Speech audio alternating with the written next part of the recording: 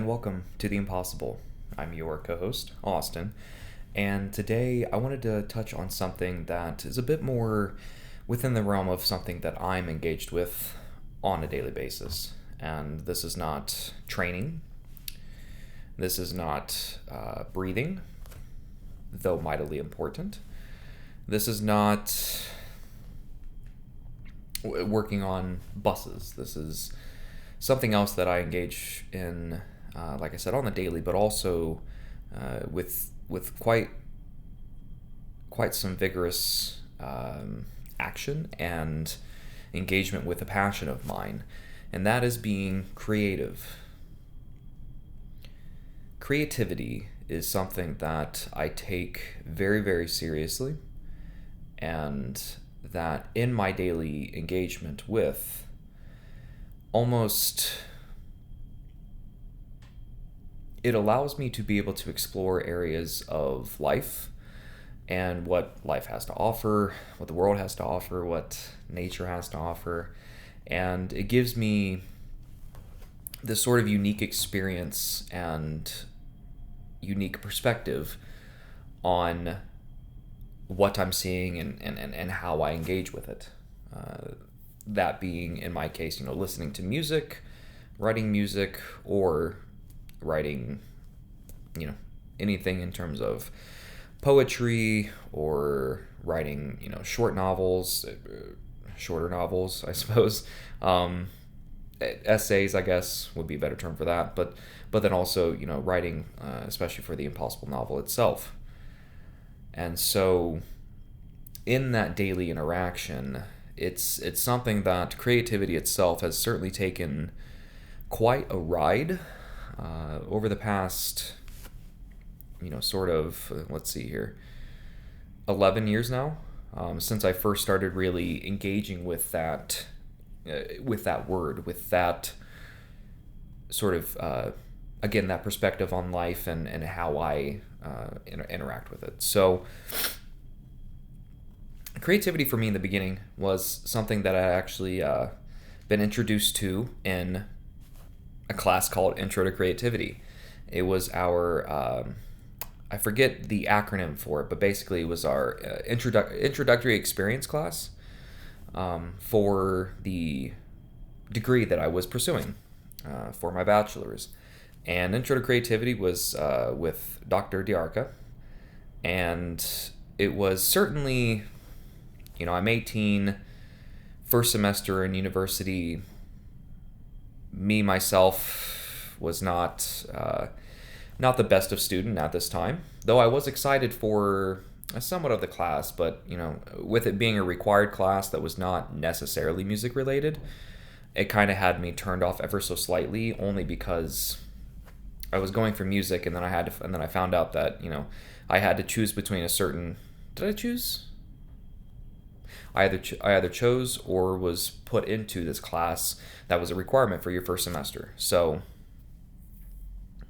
at that point in my life, maybe still to this day, but I had a slight willingness to protest authority in those days, and that having some choice not being a part of that, within my choice, it led to a little bit of seriousness, the dial of seriousness kind of being turned down a little bit. But at the end of the day, and I think at the end of the semester, I'd come to actually really, really enjoy that class. So definitely we can, hindsight, it worked out. But what I learned in that class was, it was really an incredible experience. I saw myself starting to really take light to quite a few things. Obviously, with it's the first semester of university, so obviously it's a huge transition experience. That's what it was. Yes, and so just in general, I was experiencing those notes, pun intended, and to have that intro to creativity class was actually kind of a relief and somewhat of a focusing of where I would take that and where I would go with the whole idea and concept of creativity into the future. It was in a way, I think that class was transcendental for what I was going to turn into in the future. And going through university, I would say that I was I was extremely humbled by what it took in order to not only be creative, but what being creative means, not only for the personal side of it, but also for the external side of it, for how people are absorbing that creativity, because both are mightily important. We will discuss in the future what that means, or the importance of both, but it is not only just a personal journey of, oh, I need to express myself in the most creative way possible. In my humble opinion, there also needs to be, there needs to be some type of, not some type of, there needs to be positive feedback from the creative, for whatever creative project that you're actually putting out there for people to digest. Not that it needs to be your pure focus and your main focus, but it definitely needs to be a focus of your journey. But also, it really does help you develop into, I would say, a much more successful human being and a successful part of society in kind of injecting your own sense and perspective into the world through creativity. Can ultimately allow you to be a positive impact in society and in your community, and in your close friends group, when you allow your creative ideas to flow a little bit, and your creativity to have a little bit of light shed upon it. And the dosage of that is provided by you is just dependent upon the situation and what that situation requires, of course. But in general, a hint of creativity from you into those, from yourself, but then into those around you is paramount, in my opinion, to have a positive impact on the future, just for lack of a better term in this moment. And so, when it comes to creativity itself, I feel that there are 3 key steps in being able to establish, to plan out, and then ultimately execute in a manner of which is successful for you to, in quality terms, being able to best describe and best externalize what how can you say that? The best way to externalize what your unique experience and perspective can be best described with in that journey of, is it writing, is it music, is it designing, is it painting, is it building, is it a plethora of other things. So, but obviously, in my examples, I'm gonna be talking about the 2 things that I told you about before, that I prefaced with, was writing, music, and then writing.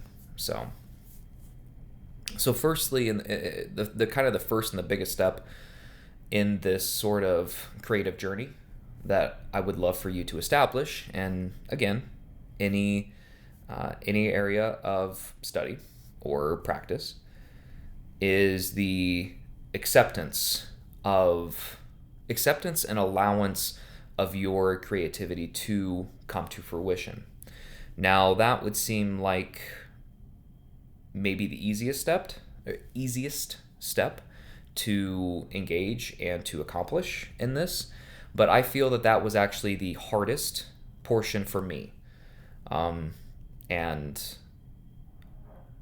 in my example of that is, like I said, it took me multiple semesters in university where I was studying to be a musician. It was a bachelor's of performance in music. And it took me semesters where it was my sole purpose to study and to externalize and to produce something creative. But it took me quite some time to really come to that point of accepting and to being able to best procure something in a creative sense that was sort of true to self. That's really a good way to put it. And that had taken me quite some time to be able to accomplish.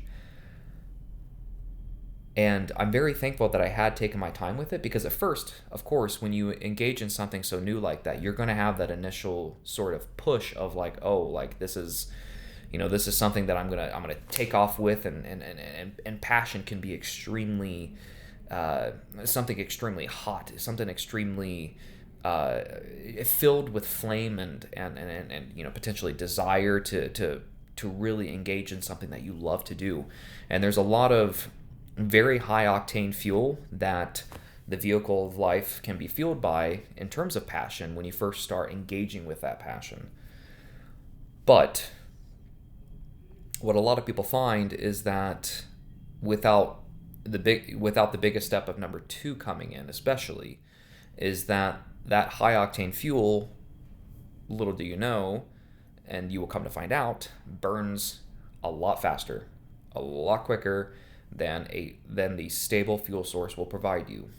So when it comes to accepting the initiation and the propelling and the taking off of your creative juices and wanting to produce something that is incredible from that, you really need to bear in mind and sit down with yourself and be honest with yourself that you are accepting that sort of responsibility to make sure that the creative nature of which you are subscribing to from self is something that is honest, is something that is true to self, and is something that you will take to the end.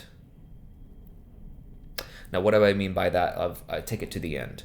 Well, if there's something that you're passionate about, and let's say, I'll use writing as a great example, something that I can at least attest to, not necessarily taking it to the end, but what I had to do to ready myself to commit to taking it to the end.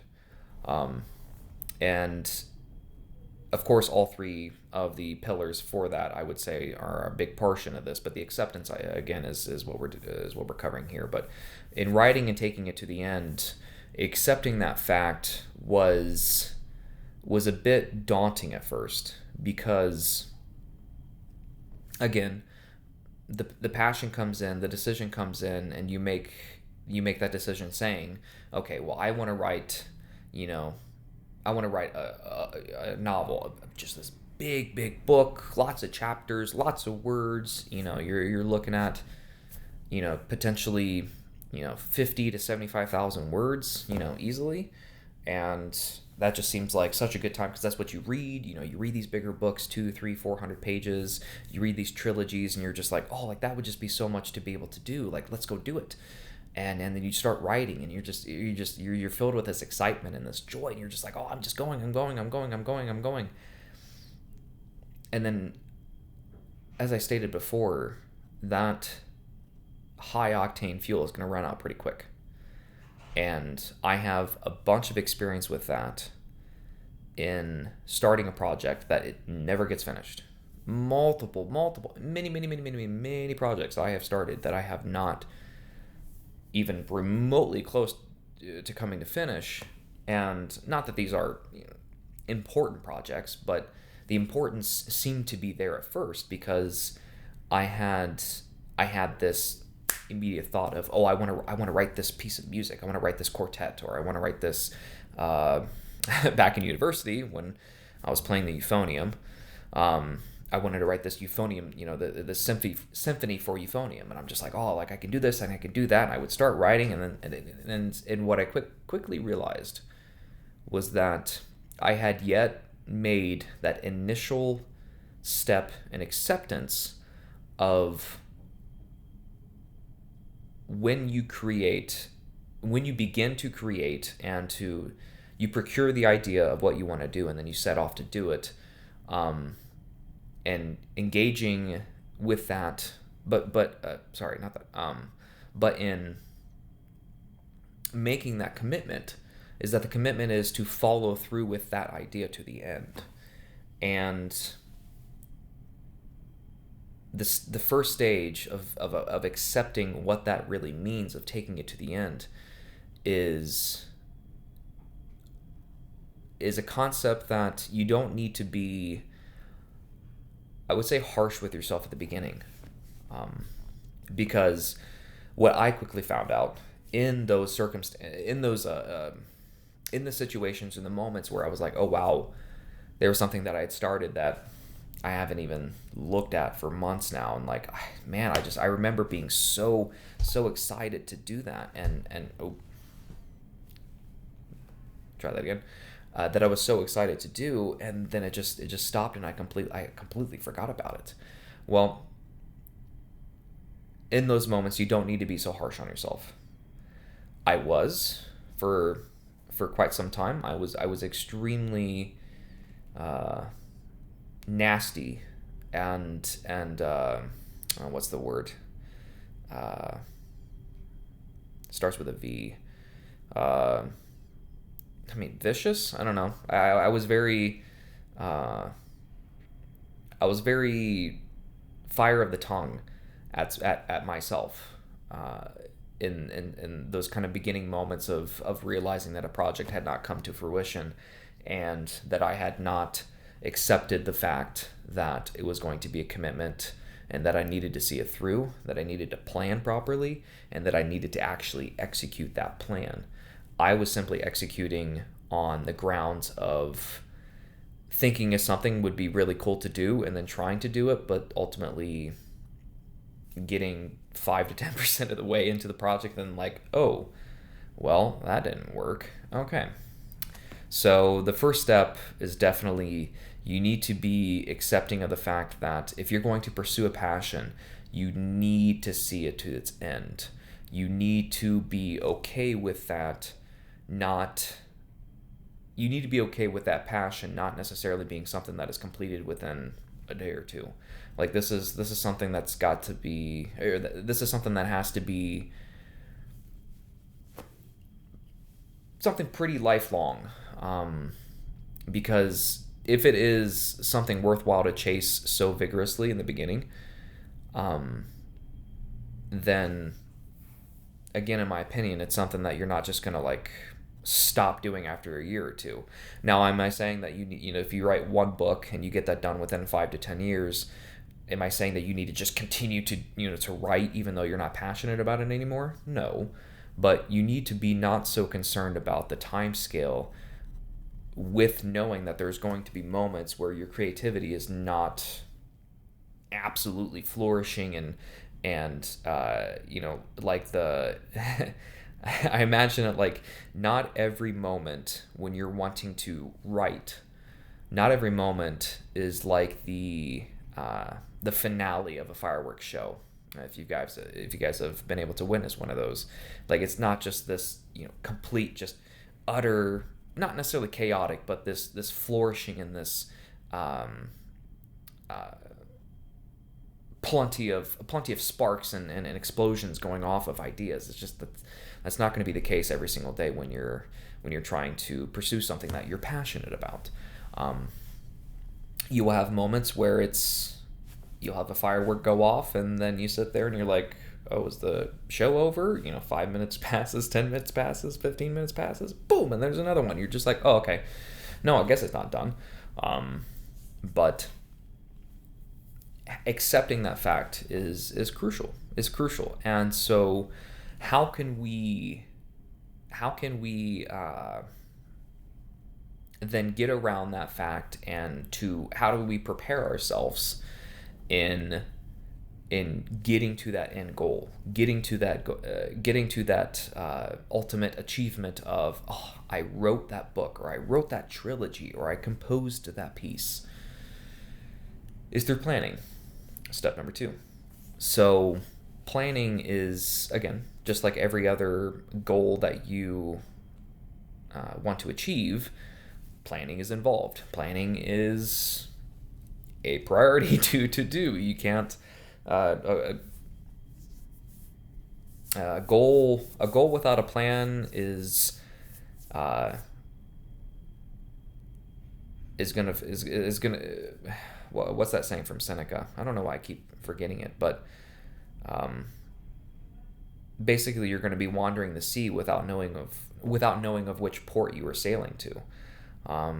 It's just if you're wanting to achieve something, you can't just wander about. Like if I'm trying to drive from one place to another, sure, I can try to get there eventually if I know the general direction of it, but or you could just plan it out, and with knowing that there are going to be some missteps, if you plan out for the goal, those little missteps are not going to cause some catastrophic, outwardly event. If you have a plan and you have something and you have those slight missteps, you can either recalculate or simply step back onto the path. Whereas if you don't plan out to achieve the goal that you want to achieve, and if you really want to achieve it, you've already accepted that, yes, this is something that I want to achieve, and not that I'm going to feel less of a person if I don't do it, but I really need to accomplish this just to make me feel accomplished. Is that you need to plan that out and to have that pathway set. So if you have the misstep, if you have the miscalculation, you can adjust and continue on that path, or find a new path. But still, you're being guided by that evolution, by that progress, and just by the consistency and the discipline and the determination and the willpower and all those other good stuff, all that other good stuff that is required for you to ultimately get there.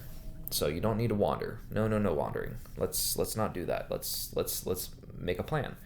So an example of that is for the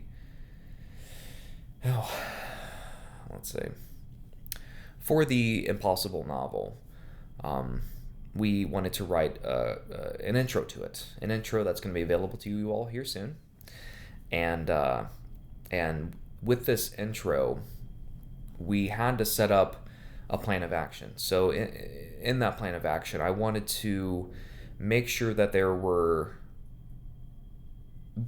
wanted it to be, with that introduction, I didn't need it to be 12 chapters, 14 chapters, like we want the full version to be.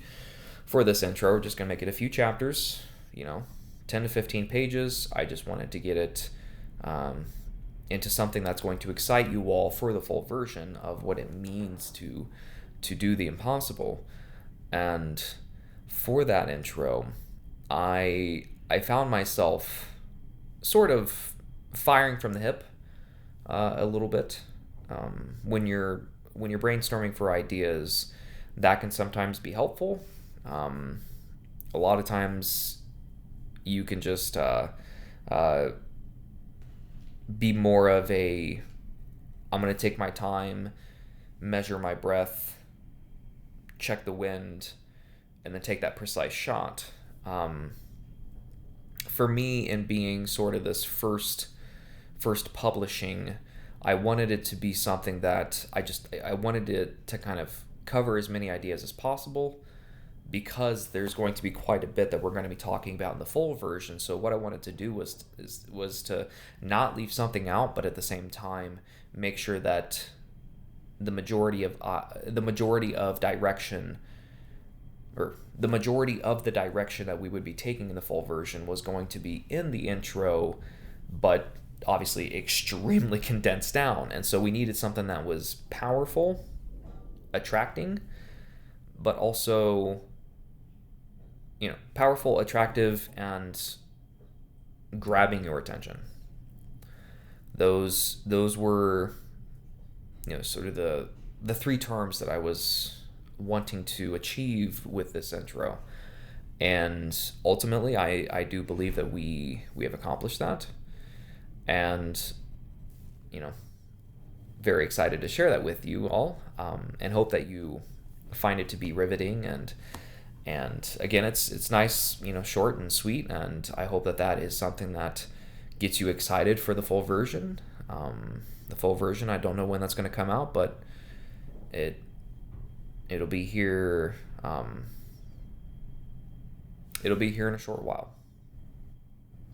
But the intro itself should be here soon for you all, and in that planning, again, you can sit there and you can try to be as precise as possible, or you can just get a bunch of ideas down onto the paper and sort of collect them afterwards and then make an order out of it. That was actually something that in my introduction to poetry, or creative writing, I forget what it's called, but intro to poems and to, was it creative writing? Yeah, whatever. Intro to creative writing. We're just going to say that. Or topics in poetry. There we go. Oh, I'll get there eventually. Topics in poetry was the class. And I had to take a literature class in university. And I must say that, again, I was so hesitant and so against having to take all of these non-core classes. But it was a liberal arts degree, so it had to be expansive. And so we go into doing that, and lo and behold, we had topics in poetry class, and I did it. I think it was senior year. And again, at first, I walked into there, and I was very hesitant to be sort of excited for it. But at the same time, I not even a month in, and I'm like, wow, this is actually something that I'm extremely excited about, and that I looked forward to going to class. And that was so refreshing to me, honestly. Like, not being excited for so many classes, and in the non-core side, non-core being not music related, that we had to take for the degree. This one I was genuinely excited for, excited to go to after about a month in. And obviously there are a few different concepts that she had talked about, the professor, in terms of what you needed to do to kind of take off. And that was either, you already have an idea, you have a very precise idea that you've thought long and hard about, and then you just take that precision and you write from there. Or if you are wanting to challenge something and you want to present in multiple facets, for or against that, or just to propel an idea itself, and if it's a complex idea especially, there's going to be multiple facets, multiple parts to it. And so that was definitely an approach that I had come to really enjoy, especially when it came to compositions, going into the end of my tenure there. It was really, really paramount for me to just sort of get all the ideas out of my head, because I would have a bunch of them floating around, just get them onto the paper, and then reduce and condense, and you can find something of real quality from that listing. But for me, in my experience, it was just better for me to just get all the stuff down on the paper. And that is, the idea of, I forget what it's called, but basically, if you wanted to write about something, what she would have us do for that more, firing from the hip and then collecting the thoughts later to become more precise, was writing down the ideas without taking a break in the writing itself. So, for in this class here, we would actually write on paper, but then, nowadays what I'll do is, if I need to get something down, and what I'll, and I don't want to stop, is I will literally just type and type and type and type, even if that means that you type the word "and" 74 times, but then you continue writing about what you want to accomplish. That sort of approach, it can be beneficial, because then you don't allow those moments like I'm having in this moment, where you can sit there and go, well, I wanted to say this, but then like this was my objective sentence, but then as I was approaching that sentence, it started to misform after what I was saying here previously, and so I need to change a few words into it. But now I'm at the beginning of the sentence, and I need to be able to say this sentence, but then all of a sudden it's all discombobulated and disjointed now that I've approached this sentence because I was thinking about the sentence. So what you do is you just write down, and you don't stop typing or you don't stop writing. You can write the word "and," above, painting, sweatshirt, cable. Just write whatever you want. You can write those words over and over and over again until you find yourself back on the topic, and then you continue to write about the topic, and you time yourself in that. You either say, I want to write for 2 minutes straight. I want to write for 3 minutes straight. I want to type for 5 minutes straight. I want to type 4 pages or 2 pages or 1 page or half a page. You set that duration, but these are all just these are a very small list of what could be accomplished. But ultimately, when you go to write that plan of action for what you want to accomplish, and what I do when I'm writing is I set out an outline. I say, this is what I need to cover. How am I going to cover it? And in this case, why am I covering it? And then you start writing from there, which is where we get to our last portion, which is the execution of it.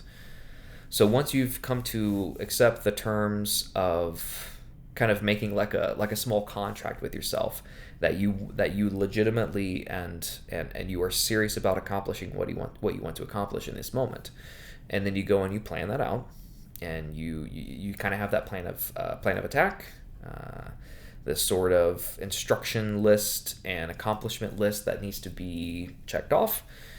The last portion is the execution itself, and I will say the execution portion is the most, I would say, rewarding part, because when you have started to actually accomplish some of the beginning goals and tasks that you had set yourself, from step 2, I think the fuel of which is becoming stored and supplied to the reservoir of your pathway towards something that you want to share with the world is so much more clean and maybe not as high as octane as that first day or two, or the first moment of that idea popping in your head. I feel that it is still an extremely high octane fuel, but it's a lot more sustainable. It's clean, and it's, if you can continue to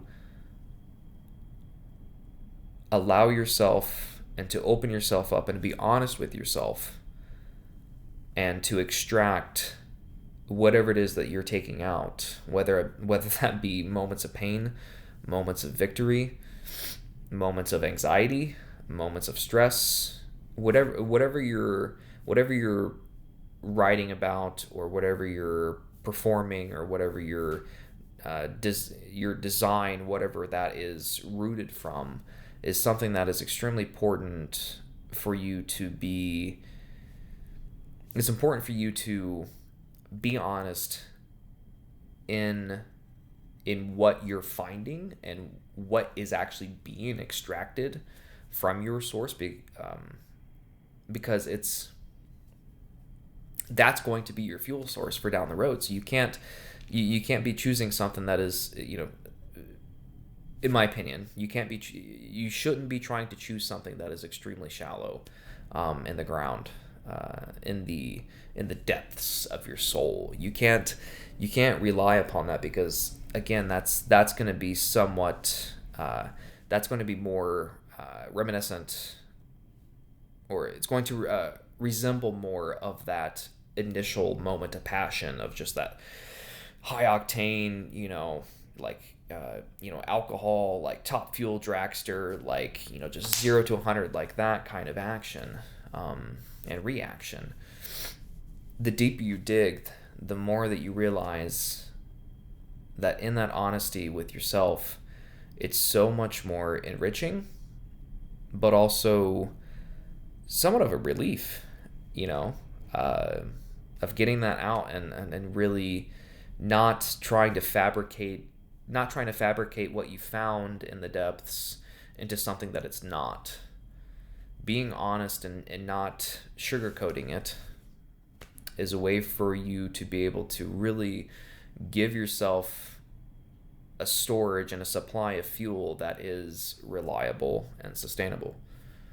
And in that, I find that to be the most beautiful thing that you can produce in terms of creativity. In a collection of essays that I wrote for 2025, there was quite a lot. There was quite a bit that I had written that I'd never expected myself to even utter again, ideas or experiences. And so when I started to write them down, or type them down, I suppose, most of them were typed. When I started to execute that laying out and establishing of what I had experienced in the past, it was very, very, it was difficult and ultimately surprising. Like I surprised myself that I was even able to think about it again and live through it again, but then also to put it down on paper. Like that was, for me, that was extremely, that's a tick right there, good Lord. That was such a monumental feat and a peak that I was able to climb and reach that I had found and achieved a step in the creative journey that I had not expected to reach in such a quick manner. And not that it was easy, but it happened a little bit quicker than I had thought, because the lack of deception and the lack of fabrication that actually both were devoid. All of those writings, I made sure that I did not hesitate in saying something that I felt needed to be said. Now, was it something said that I had said and typed down that, is it thoughtful? Does it represent what I think now? That may not be the case, but ultimately I wanted that writing to be as raw as possible, because I had not, up until that point, I had not allowed myself that gift. I had not given myself that sort of, not leeway, but permittance to explore such topics that were extremely, extremely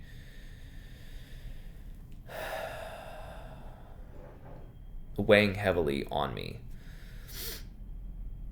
and evidently had made quite the home down deep into my my subconscious. And so for me to bring all that stuff back up and to give the genuine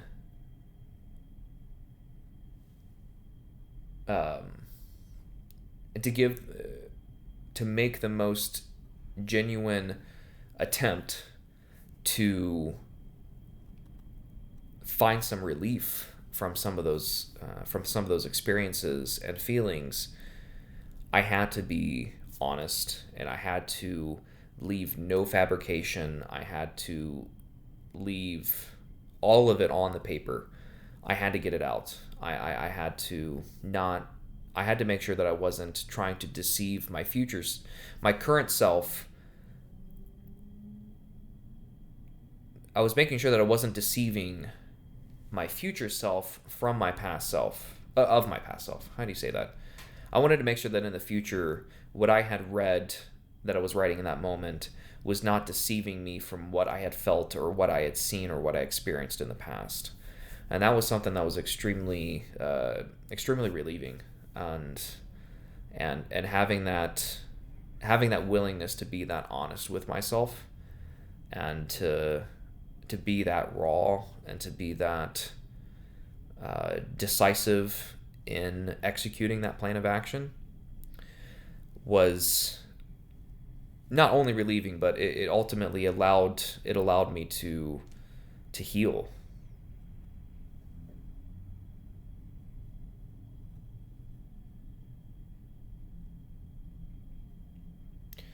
When I was faced with the impossible,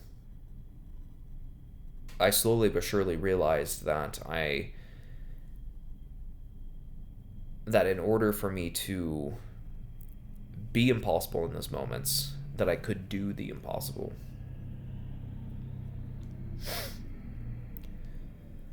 And so when you take that creative journey, when you want to embark on that sort of path towards something more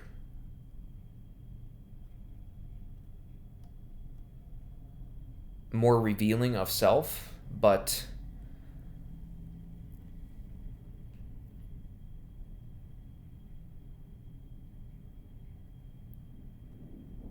ultimately being an achievement of something that may weigh on you, heavily, and could be weighing on you heavily for quite some time, or something that just recently happened and you just need to get stuff off your chest. Taking that creative sense seriously, I feel, is something that is extremely paramount if you want to go down that route. You cannot willy-nilly just accept that 10, 15, 20 minute moment of fiery passion, or maybe it lasts a day or two, and expect that to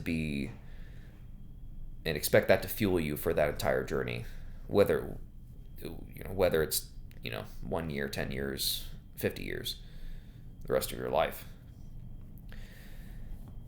Engaging in being creative and displaying yourself to the external world, it needs to be accepted as something being extremely important for you to take very seriously. You then need to plan as to how the hell you're going to do that. And then ultimately, that's going to allow you to execute to the fullest.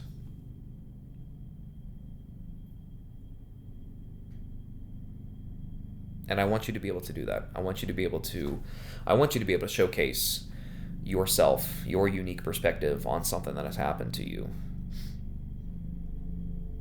on an idea that just absolutely takes your attention, maybe on the daily,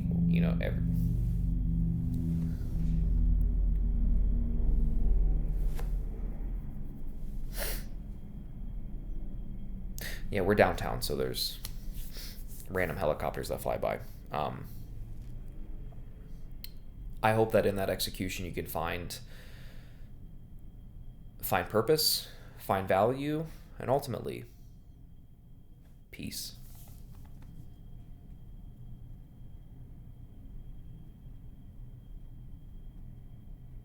So thank you for watching. Thank you for tuning in. This is a topic that, again, it does have a very, very intense effect on me.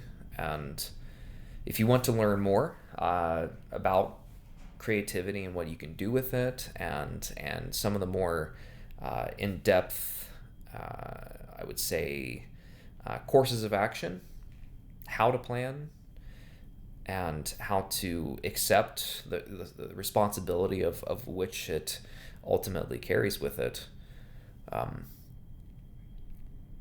and really just learning to be you, I guess. Please sign up to our school. The link for that is going to be in the description, and there you're going to find very soon, or those of you that are on school, in the courses portion, we are currently doing a course in a series on creativity. So that will be out here, hoping here in the next couple of months. And so we'll have that to you, and there you're going to be able to basically, it's going to be this conversation, but just a lot more in depth. And so we'll go over actual practical ideas, and then practical courses, well, a practical course or pathway that you can take to actually have that becomes, to have your project or idea come to actual, to manifest itself, and ultimately in your execution of finding that in front of you, having that, the book that you've written printed in front of you, or having that painting sitting in front of you, or that music composition, you're currently listening to it, and maybe some local group is playing it, it's just, or you're playing it, there's so much that can come from being creative. And it's something that Matt and I had talked about, and I it took me a while, but I think in a lot of the experiences that I've had, especially in the past few years, it's made me really, it's made me land on this point of being very passionate about creativity and what it can provide you, because it's provided me so much in that journey of healing from what has happened over the past few years. So again, thank you for watching, thank you for tuning in, and us here at Impulsible Performance are striving to build a global culture of strength, fostering a spirit of growth, in constant pursuit of the impossible. Take care, and as always, be impossible.